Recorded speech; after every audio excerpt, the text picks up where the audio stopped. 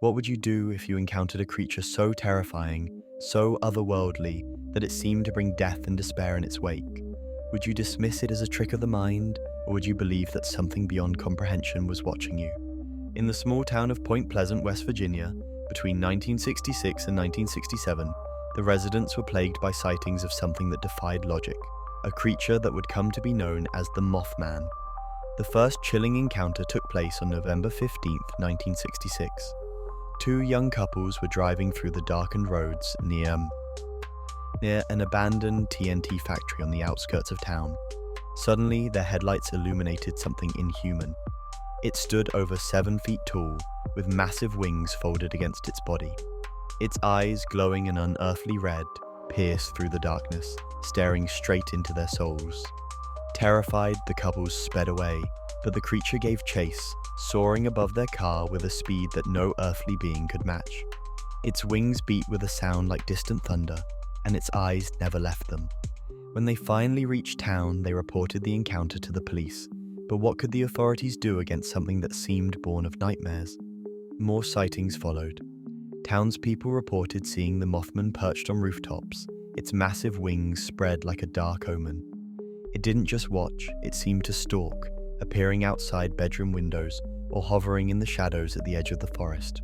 Witnesses described feeling an overwhelming sense of dread when they saw it, as though the creature carried death in its wake. The fear grew into hysteria when people began hearing a strange, low hum at night, coming from the direction of the TNT factory.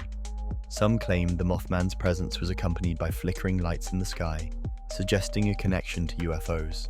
Others whispered that the creature was a harbinger of doom, sent to warn the town of an impending disaster. That disaster came on December 15, 1967, when the Silver Bridge, which connected Point Pleasant to Ohio, collapsed during rush hour. The structure gave way without warning, plunging dozens of cars into the icy waters of the Ohio River.